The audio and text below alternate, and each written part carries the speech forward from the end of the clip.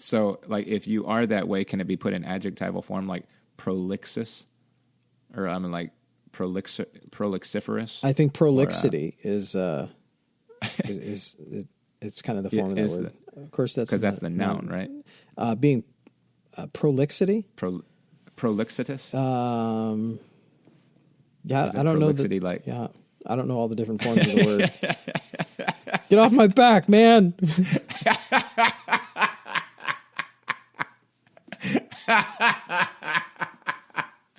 I just found a new word, man. I don't know all the. I only know one form of it. Give me a break. You know the meaning of the word annoying?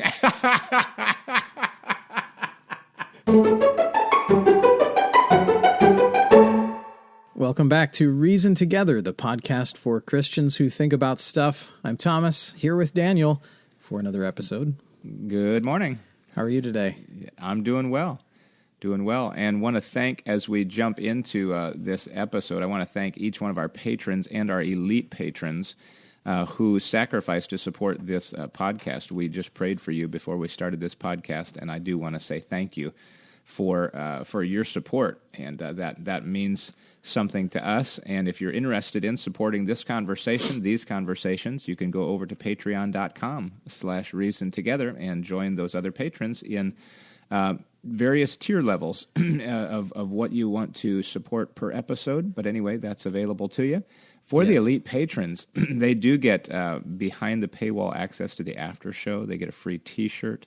They get some priority standing in their questions, in their feedback, and even the is it the Patreon? Is it the Patreon.com kind of discussion board? Is that where that's at? Yeah, there is a discussion board there. Love to see that put to more use and see some good conversations going on over there. And of course, we are on there as well. So if you have questions that you want to submit, you can submit them through there if you are a patron. If you're not a patron, you can send your questions into reasontogetherpodcast@gmail.com. That's reasontogetherpodcast@gmail.com. If you have any questions or comments or suggestions, we'd love to hear your topic ideas. I'm not sure we would ever run out of anything that we could personally talk about between the two of us. But, things that we would want to always talk about on the episodes, it'd be nice to not run out. Yeah, right. We've been, I think we're coming on 2 years, year and a half, something like that, of podcasting, and we haven't run out yet. And it started because we so enjoyed our conversations together. We really did. And in fact, I started making a Tom list, and I think you might have had a Daniel list. I did. And it's just, and then when we'd have each other over, it was probably like, honey, could we, maybe not stay up till, 10 or 12 at night talking, or whatever. Our wives would tell us. Yeah. And so anyway, we just loved it and glad that we had this opportunity. And if you're new to the podcast, you're listening to a couple guys who are Christians and who want to just reason through every area of life to bring it to a biblical conclusion. I mean, to find out, okay, how do just these practical matters relate to the Scripture, which we see to be the foundation of our thinking and of our practice. So we're looking for any questions you have. Don't feel like, oh, well, no, it's not a theological question. It really may be. It just anything about life and how you're struggling with where to land on something. Maybe we can help you out. Yeah, and we can certainly leave your question anonymous if you would like us to. We've had that before. I know that a lot of times folks are maybe a little iffy about submitting their question to some guys on the internet, but just ask us to leave you anonymous, and we will certainly do that. Yeah, right. And it doesn't mean that we'll give you the answer, because we may not have the answer, but we can at least help you try to reason through it and this say, is true. Here's some things to think about along the way. Yeah, and it provides perhaps hours of entertainment trying to listen to us figure something out that we can't figure out. Yeah, and you're like the guy watching Wheel of Fortune. You're like, man, everybody can see that. Come on, you know what the answer is to that. And we're like, right. Hell.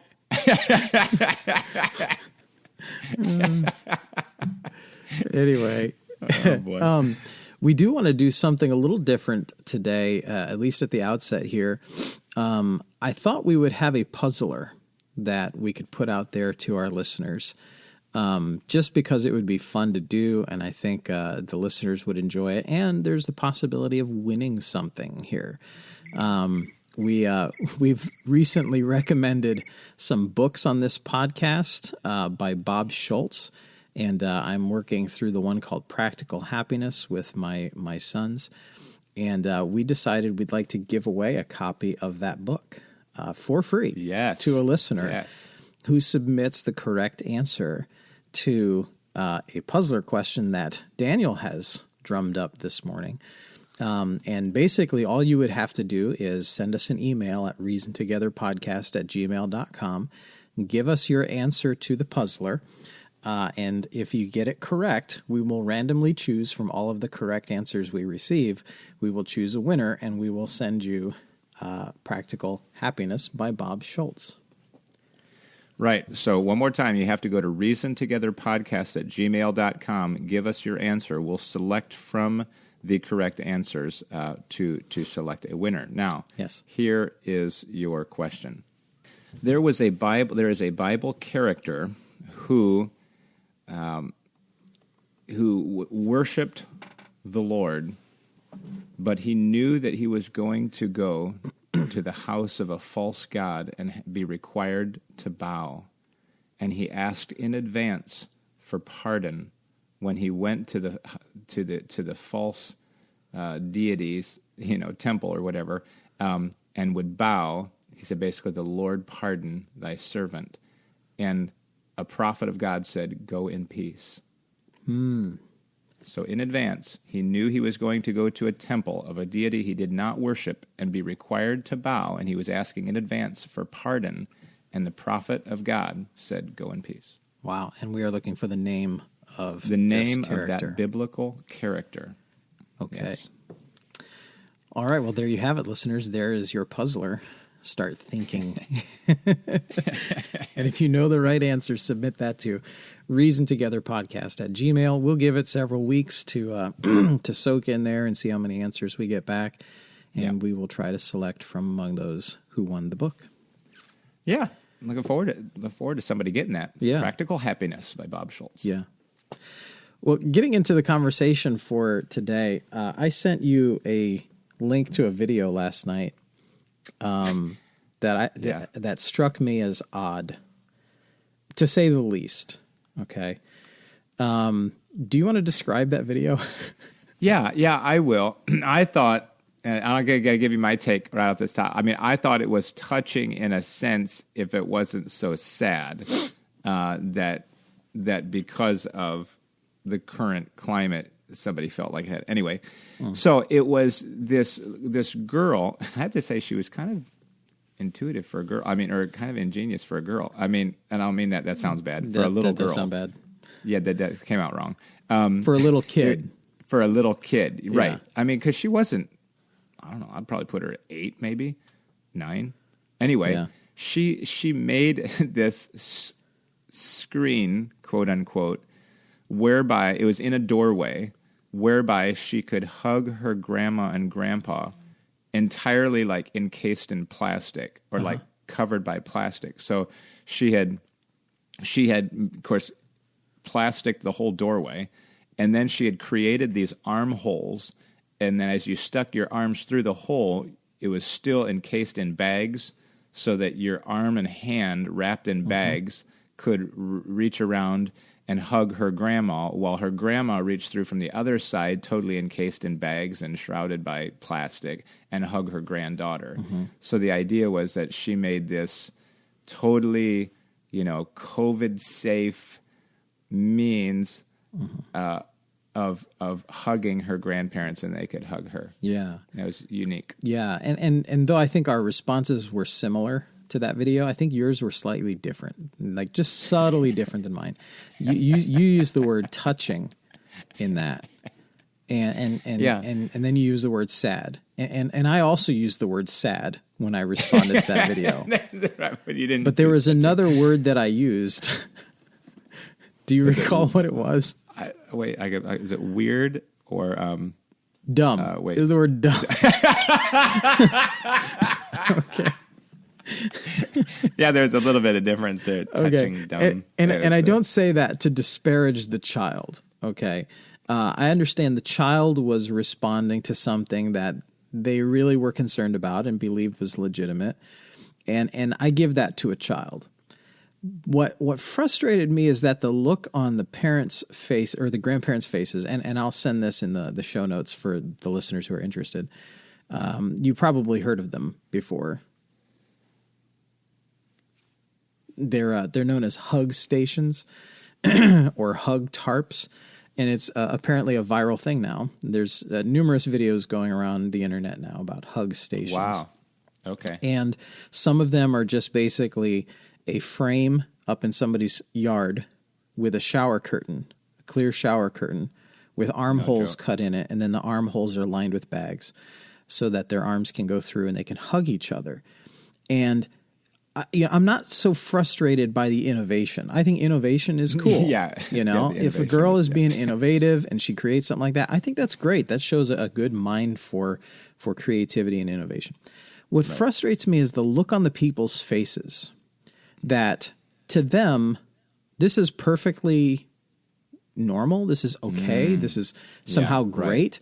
And that we need this.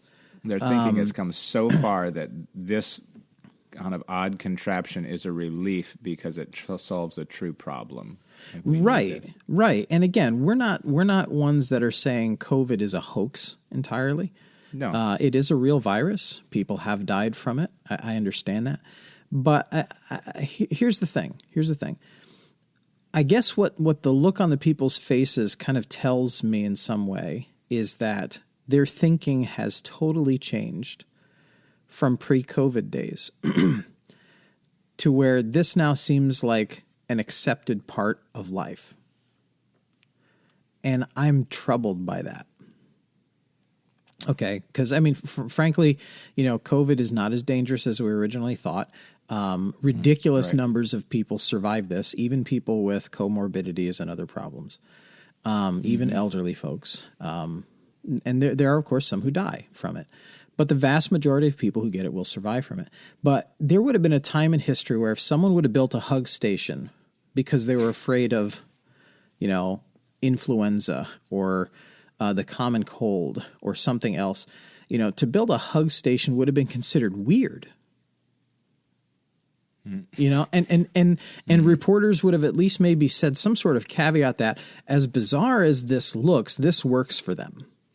But the way they're reporting on these things is as if it's totally normal and good and sane.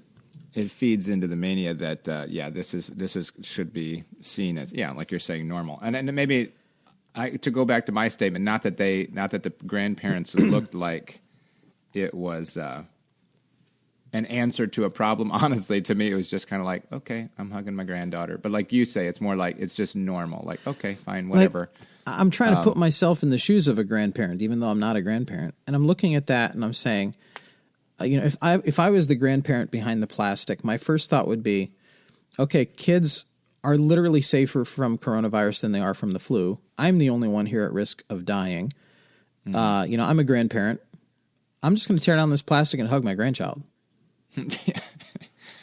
Yeah. They're safe. The only danger here is to me. And I would rather spend, the rest of the time of my life having the freedom to hug my grandchild without plastic in my face. Well, and I think you're really hitting on a point there that does, it should truly anger us that in the response to the virus, what have we taken away from people, especially in this one point? People, so the elderly people are essentially locked down in a nursing home for months without a visitor. The family can't come visit them.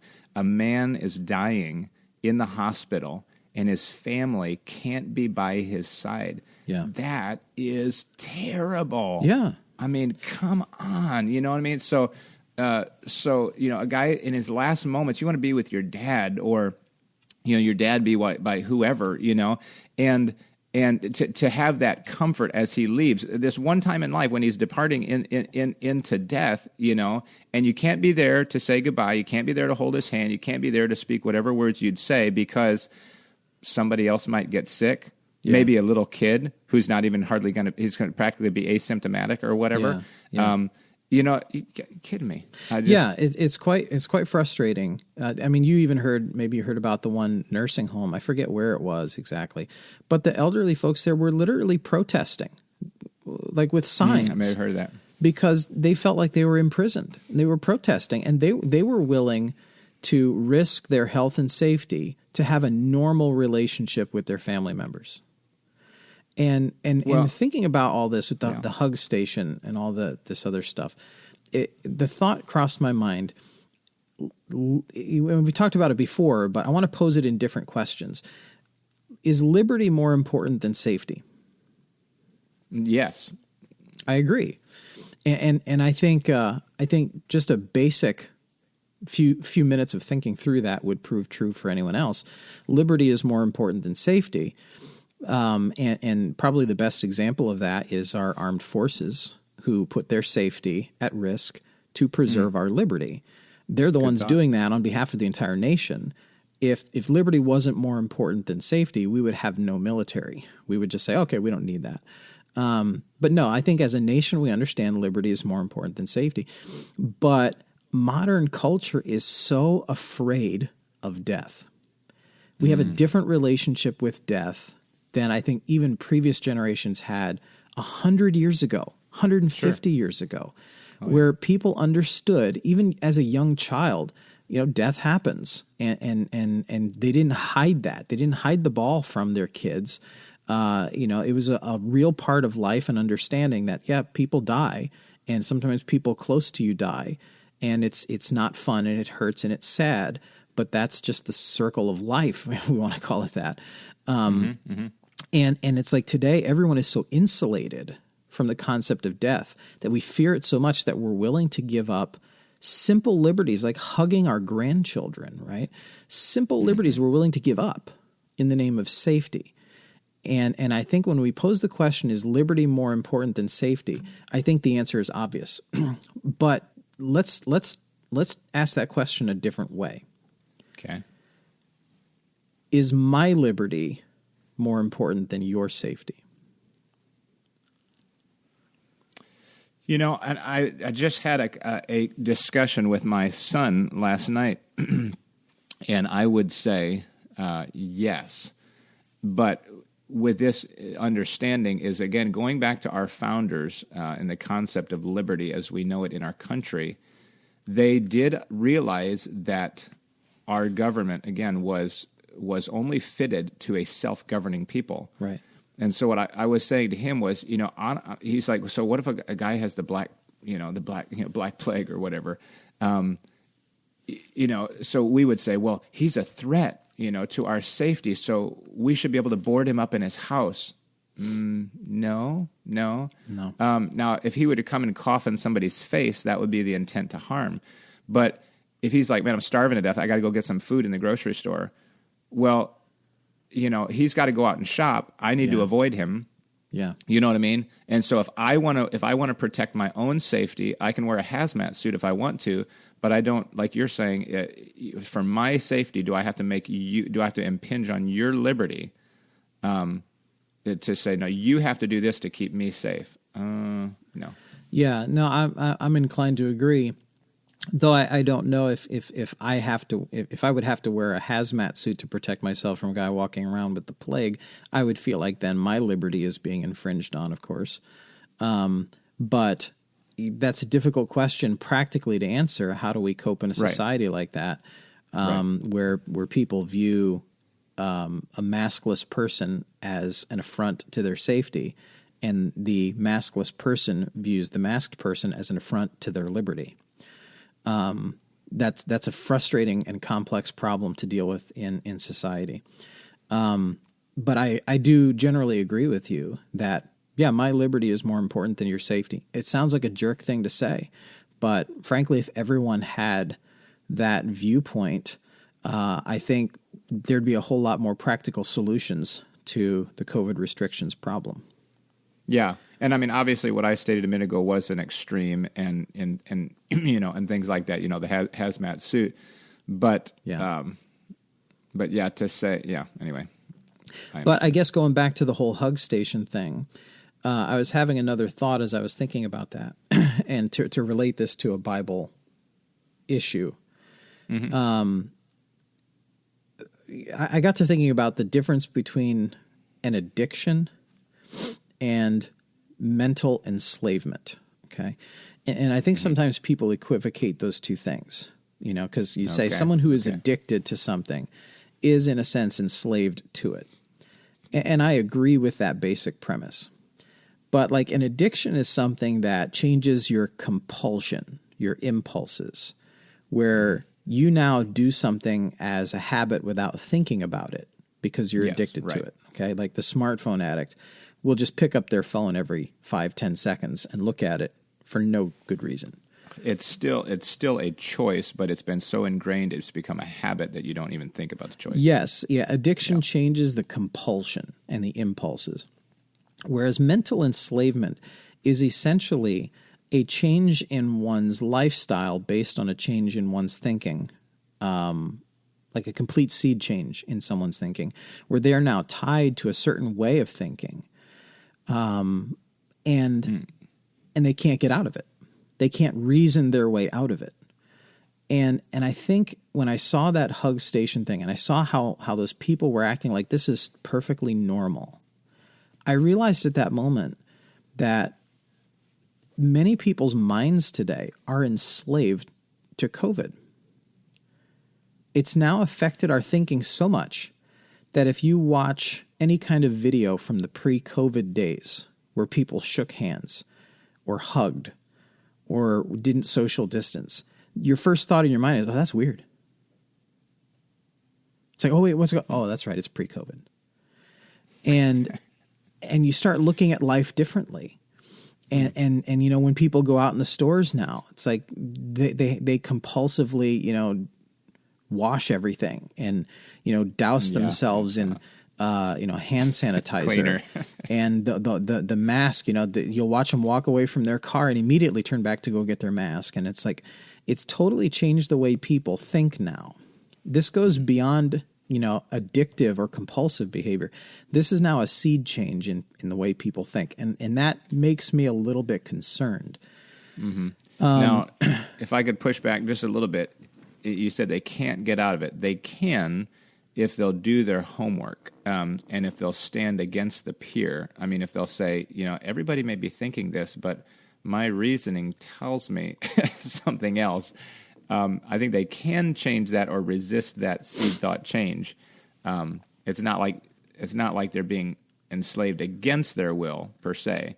It's just that the fire hose of the media is causing them to maybe drink it in faster or without as much discernment. But you would acknowledge, though, that I think people who are generally unhappy with these restrictions, they're typically the kinds of people that eventually, they're going to do their own homework because they want out of this as quickly as possible. But I know people, I know Christians who are kind of in this rut now where they seem content with this lifestyle. Oh, yeah. They seem content with masks. They seem content with social distancing. They seem content to sit at home and watch live stream church. They seem content to order everything online and never go to a store again. And they've just accepted this. This is our new normal. This is our new normal.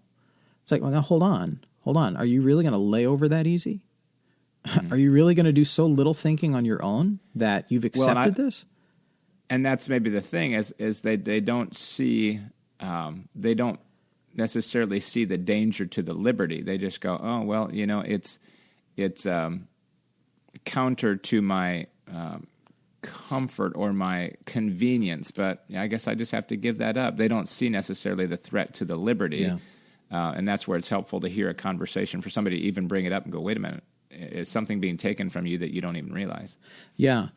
And to bring this back to the Bible issue that I keep promising I was going to get to is, you know, as I watched that Hug Station video, the verse that came to mind was 2 Corinthians 10 and verse 5, And I thought that maybe you could look at that with me and help me see here what this passage is talking about, and see if there's any kind of relationship here between a Christian whose thoughts and speculations and reasonings are in submission to Christ versus one whose thoughts and reasonings and speculations are in submission to COVID.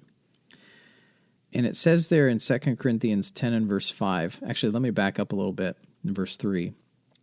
Paul writes, "For though we walk in the flesh, we do not war after the flesh. For the weapons of our warfare are not carnal, but mighty through God to the pulling down of strongholds." And by the way, I realize that the context here is not talking about a virus. The context here is not talking about civil disobedience. It's not talking about PPE and restrictions. It's not talking about any of that. I think he's generally speaking talking about that our solutions to things are spiritual solutions primarily. But then he says in verse 5, "Casting down imaginations and every high thing that exalteth itself against the knowledge of God, and bringing into captivity every thought to the obedience of Christ." And I paused on that phrase. Actually, there's several phrases I paused on. Let me start with the first one, casting down imaginations. And I looked up that word, and it just means thoughts, ideas, or speculations, or reasonings, or philosophies, or really anything that's contrary to reality is basically what that word means. Imaginations mean it's not real. Yeah, I would take it a little bit differently on that word. Okay, explain.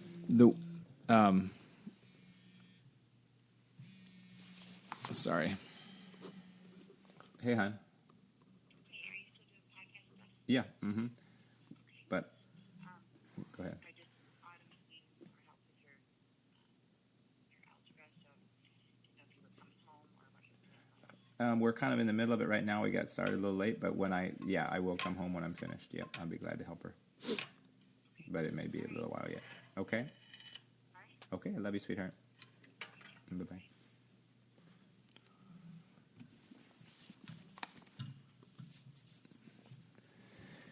The word here is logismos, which is kind of it's related, I think, to the word logos, maybe even to the word from which we get logic. I would say it has to do with reasoning, and so it's not necessarily that it's.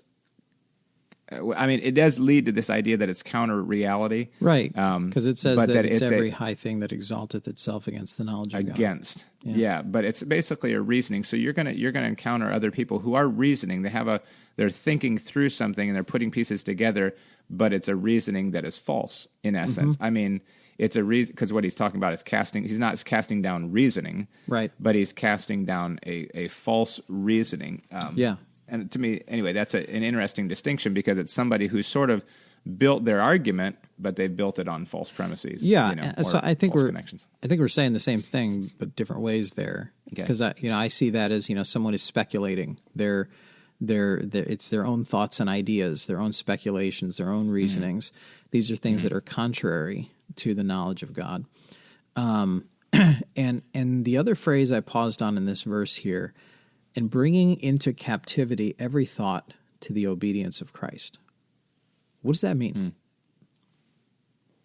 Yeah, I mean, I would say, just at a quick look of the verse, and I just as a side note here, it has an extension to us. However, I think the context may be speaking of Paul and say like Apollos or the spiritual leaders. There that in their ministry, this is what they're doing, but of course, by extension, it can extend to us as well. Right. But casting down or bringing into captivity every thought to the obedience of Christ, to me, seems to be that obviously, again, there is a truth to which every other line of reasoning must submit. That truth stands cross-examination, and so you have to take the truth and bring every false thought into captivity and say, no, that's wrong. This is the truth. No, that thought must be subjugated to the truth, which is expressed in Christ and through Christ. You follow what I'm saying? I do. So that basically falsehood and error has to succumb to truth. Right. Is that good, fair enough way of saying it? I think so. So, I mean, generally speaking, the way I was taking this verse, it sounds like you're kind of in agreement. Is that the basic premise here is that there are rationales that people make themselves, and there is truth. Yes. These things stand in contradistinction one from the other, and a Christian should be responsible to cast down his imaginations, anything that exalts itself against God, and bring into captivity their thoughts into the obedience of Christ. To actually take their own reasoning and say, okay, here's my line of reasoning. Premise A, premise B, and conclusion. Here's my line of reasoning. I'm bringing this to Christ, and I'm saying, is this correct? And I think that what COVID has done for a lot of Christians, and especially a lot of lost people, is it has made people's thoughts in subjugation to COVID instead of to Christ. And I think many Christians now are not filtering their thoughts through the obedience to Christ. They're filtering their thoughts through obedience to COVID. And if I could be a little bit more specific, it's not just a COVID, but it's the public perception of COVID, which of course has been largely created and amplified by the media. And so, what a large part of that is it's a how'd you put it? A captivity to it's a fear. Yeah. And largely, it's a drumming up of fear that COVID is huge, terrible, bad, ruins your life. And so everything I do is kind of playing off the fear of getting this. So, hyper cleaning, social, extreme social distancing, i.e. the new Thanksgiving measures in Pennsylvania or California, that even if you have two people in the same house, more than one household in your house, and you can social distance, you still need to wear a face mask.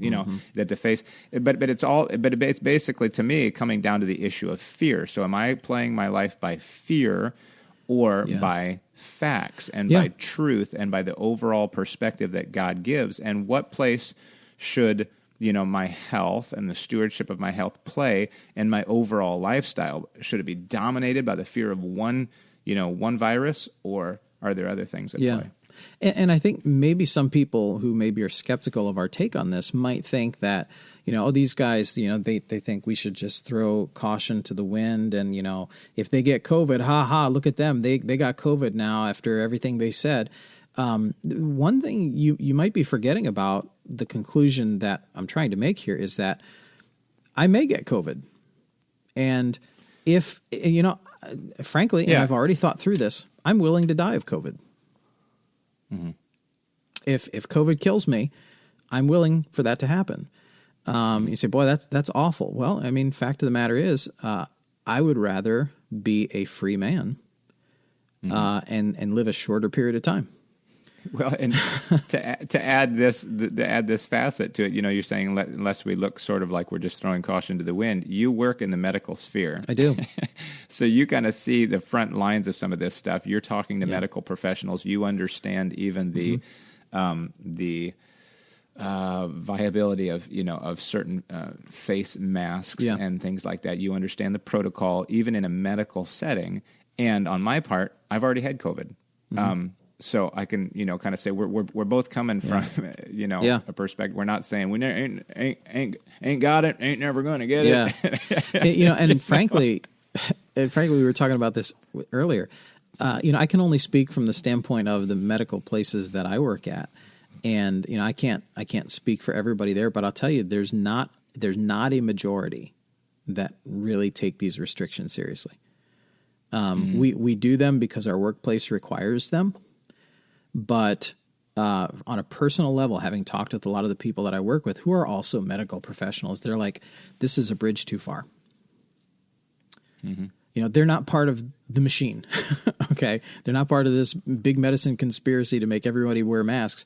No, a lot of medical professionals are like, this doesn't make sense.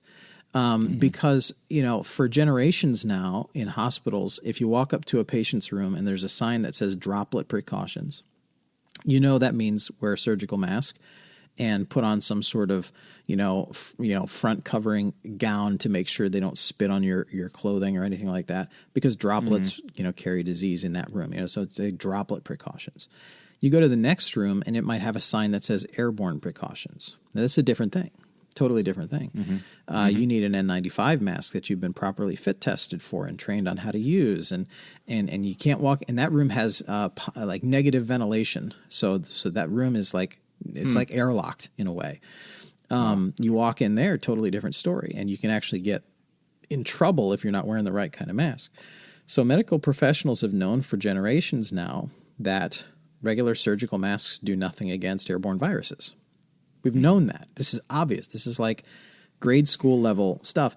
And now all of a sudden, medical professionals are hearing that these masks work, these silly, Hanes, people wearing underwear on their face, or people wearing basically what amounts to a coffee filter on their face. We've known for a long time those things don't work against airborne viruses, but we're hearing differently now. We're hearing the public saying, these things work. You need to wear them. The masks work. Mask up. And medical professionals are like, that's ridiculous. Yeah, and so what you're saying is that COVID has been said to be airborne, or you said at least airborne and possibly and droplet, even if it's both. Well, definitely droplet for sure. Okay, and it has been confirmed, I think, as of July of this year, that it can travel airborne particles. And the difference is droplets are heavy enough to fall to the ground within, 6 feet or so. Airborne particles are very light, hence the name, and they can actually be carried through ventilation systems. So you're breathing in the same room as somebody, and it's going to get recirculated, and you may pick it up. Yeah. And going back then to the droplet precaution, so the airborne thing, you're wearing this mask, you're wearing a balaclava, you're wearing your little, Western style bandana over your nose. That's doing absolutely nothing for an airborne virus. Correct. It's just going to breathe around it, or it's going to breathe through it. It's going to be recirculated through the air in a building, whatever. Correct. And as far as the droplet precaution, then you have to analyze, okay, so if we're all wearing face masks because of a droplet precaution, which is largely caused if you cough or sneeze. Yeah. Okay. Well, for years, we've been, and if you're taught, some decent manners here, you sneeze into your elbow, into the inside of your elbow bend there. Or if you're going to sneeze, you grab your hanky and you sneeze into your hanky. But I mean, how many people, as you're walking around the store and they're saying, you have to wear this mask. Okay. So all 300 people in that store are wearing a mask. The workers are wearing it, 8 hours a day. Yep. How many times have you seen somebody even sneeze? Yeah. You know what I mean? Mm-hmm. So we're all wearing this mask because somebody might sneeze and might be within 6 feet of you and might have COVID. And all for a virus where most people below the age of 70 have a 99-point-something% chance of surviving if they get it. Yeah, phenomenal. Just absolutely crazy. And I think, that's why I say a lot of the restrictions are political in nature. They're not medical in nature. They're not scientific in nature. All of these, canceling Thanksgiving and the social distancing and the masks and the executive orders, all of this is political in nature. This is not scientific in nature. They are not, as they say, following the science. And let me give an illustration to go back. When you said, "Is my liberty is how'd you put it? Is my liberty more important than your safety?" Than your safety. Okay, so think about the shutting down of thousands of restaurants around the country, especially in large cities. All these restaurants, these small businesses. If there's no mask mandate or social distancing or worse yet, an actual shutdown order that says you cannot open your restaurant. Okay, let's say they ease up on it and say you can open your restaurant. Then if I go to the restaurant, guess what? If I'm concerned, if I'm high risk, and I just think, I don't think I want to get this thing. I don't want to take that risk. Guess what? You don't go to the restaurant. Mm-hmm. But anybody else who says, if I get sick, I get sick, or, I don't think we're going to get sick, or if I sneeze, I'm going to sneeze into my, sure. or whatever. Yeah, you can't then you can go out to eat. You can't remove the liberty of all to protect the safety of a very small few. I'm sorry, that's what's being done. That's what's being done, but you just should not be able to do that. Which kind of brings me to the point about civil disobedience that I was wanting to get to. That is something we've talked about before, and forgive us, we've talked about these topics before, but we are reasoning together. We are developing our views on this as we go. And at the beginning of this, I was on board with the idea that a Christian should obey the powers that be, because they are ordained of God and all of that. And they're not asking us to do something that is unbiblical by wearing masks and social distancing and all that. But I got to thinking about the form of government that we have in the United States. and just a simple question. If our form of government has built into the system the right of its citizens to civilly disobey, then are you really disobeying government? Well, it's a good point. Because obviously right. The governments that existed when the Bible was written did not have built into their own founding documents the right of the citizens to civilly disobey when their God-given liberties were infringed upon. Which, by the way, our founders, particularly, I think it's Thomas Jefferson, enumerated one of the laws, one of the rights God gave us is the pursuit of happiness. Okay, life, liberty, and the pursuit of happiness. Are COVID restrictions, canceling Thanksgiving and all this other stuff, is that an infringement on the pursuit of happiness? I believe it is. Well, certainly, yeah. I believe it is, because the restrictions are not logical, nor are they consistent, and you're entering into people's private residences, in a sense, to tell them what they can and cannot do in their own homes, who they can have in their homes, how many they can have in their homes. That is an infringement on the pursuit of happiness, and it's an infringement on the sanctity of one's private residence. Absolutely. So if I say, for instance, let's say I'm not at my private residence and I'm going to the store and I decide I'm not going to wear a mask, even though the executive order says I have to, are they infringing on my pursuit of happiness? Yes, they are. Yes, they are. And our founders gave us the right that if there is, for instance, I think it was Thomas Jefferson that said that when any form of government becomes destructive of these ends, meaning destructive of the consent of the governed, right? In other words, if I've not consented and the government becomes destructive to that end, he says, it is the right of the people to alter or to abolish it and to institute new government, laying its foundations on such principles and organizing its powers in such form as to them shall seem most likely to affect their safety and happiness. It is their right, it is their duty to throw off such government and to provide new guards for their future security. I say all of this to say that civil disobedience is built into our founding philosophy. Mm-hmm. And it thus kind of makes the whole Romans 13, where you say, all Christians have to obey the government unless they're telling us to do something unbiblical. Well, not if our government has already given us the permission to civilly disobey, if the powers that be have destroyed the possibility of the consent of the governed, and if they have removed the right to my pursuit of happiness. And this sort of civil disobedience, you might say, well, that has to happen on the legislative level. Well, frankly, the legislative level isn't doing that. In fact, they're making it worse. This sort of civil disobedience must begin with the people. This has to start with the governed themselves. Well, yeah, right. I mean, I think what was originally envisioned there, it wasn't in the legislature. Right. So, I mean, we can't say, well, the way to get these COVID restrictions changed and all of that is at at the ballot box at the next election, vote out those leaders. Well, no, those leaders aren't doing anything, and the ones that are going to come in after them, none of them seem overly hopeful. This sort of civil disobedience by our own founders was meant to begin with the governed themselves. And if people don't start taking their own liberty into their hands here with these COVID restrictions, we're going to have more of the same.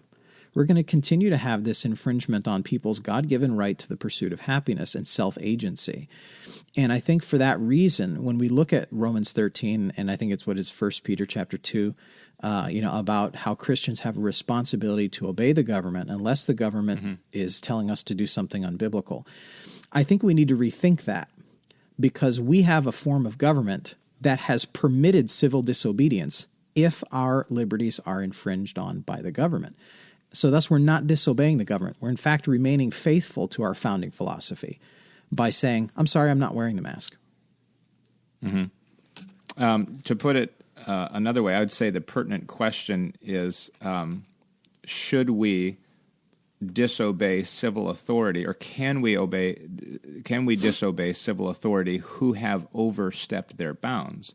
You're seeing, what we're seeing is a tension between governing authorities and the founding document that legitimizes their authority. Right. So they're going too far in their authority, and yet some people are feeling biblically bound, saying, "Well, they are the governing authority. They are the governor, or they are the one who rules over me. So I have to obey, even though they have essentially stepped outside of the document that legitimizes them in the first place." Right. And I said this a few weeks back. In Romans 13, the concept that there is no authority unless it exists from God. And so when somebody steps out from the legitimization of their authority and they tell you to do something, I can put it this way, they may be able to make you do it. Yeah. At a certain point. They may be able to make you do it, but they're not legitimate in that force. And so you, at some point, may have to obey them, but you don't biblically have to obey them. Yeah, in other words, I'm not You have sinning. to do right. I'm not sinning by not wearing a mask. And I'm adamant about that point because after thinking about this for months now, I think this is the most rational conclusion that when we think about a Christian's responsibility to obey government, okay, about anything, whether it's a biblical matter or not a biblical matter, I'm not disobeying a government that has already given me the right to civilly disobey them if they delegitimize themselves. In fact, I am being more of a faithful citizen by doing so than you who just wears the mask because you're told. That certainly could be argued. Yeah, you're saying that you're being more of a faithful citizen because you're upholding the foundational concepts of liberty. And what did you say a minute ago? You said self-agency. Yeah. The more they just tell you, hey, do this, do this, and you say, oh, okay, without analyzing, wait, do they have the right to tell me to do that? Because I am a free being in this country, and I do have personal liberties. Yeah. And at what point are they encroaching on my personal liberty? And if I don't question their encroaching on my personal liberty, I'm really not being a great help to the republic. Well, and I would say you're even not being as faithful to Romans 13 and 1 Peter 2 as you should be if you're just going to go with the flow of this. I'm taking the opposite view here, that I think, okay, Christian, if you're going to argue Romans 13 and 1 Peter 2, you actually shouldn't be obeying and just wearing the mask.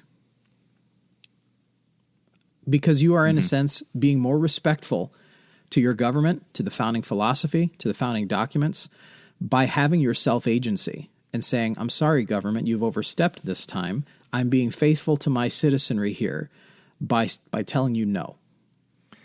Now, just to clarify for people listening, and maybe don't be confused by what we're saying, we're not saying that wearing a mask is wrong or is stupid in certain circumstances. We understand the water droplet thing, and if you're high risk, certain thing. Okay, we understand that as maybe that's been the case for the last several years. Right. We're saying in the mass requirement of everyone, regardless of whatever, to wear a mask. That's the context in which we're talking. Right. Yeah. We're saying that you are, in a sense, misunderstanding Romans 13 and 1 Peter 2 if you think you need to obey by wearing the mask. If you're doing it just to obey, because you're saying, I'm trying to be a good Christian here, the Bible says I need to obey the government. Well, the government has given you the right to civilly disobey them when they've overstepped their authority.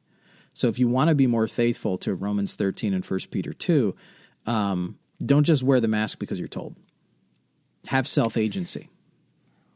Good. And it's not so much about, to me, as I think through it, it's not so much about the mask as it is about the principle. I mean, and here's where it's going to, just to kind of double back, one more time, a lot can be taken away from you and has in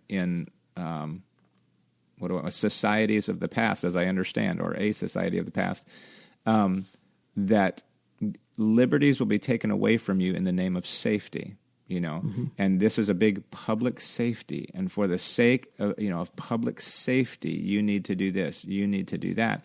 And of course, sometimes that seems to be a tedious line to draw of where does the self-governing of people need to come into play, and where do we cross over and say, well, that person is a danger to society, and what do we do about that?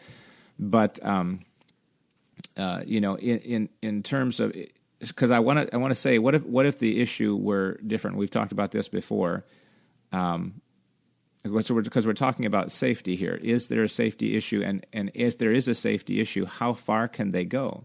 And what would you say? Basically, that the government can recommend, because if they say you have to wear a mask, well, the next thing around the corner is you have to get the vaccine.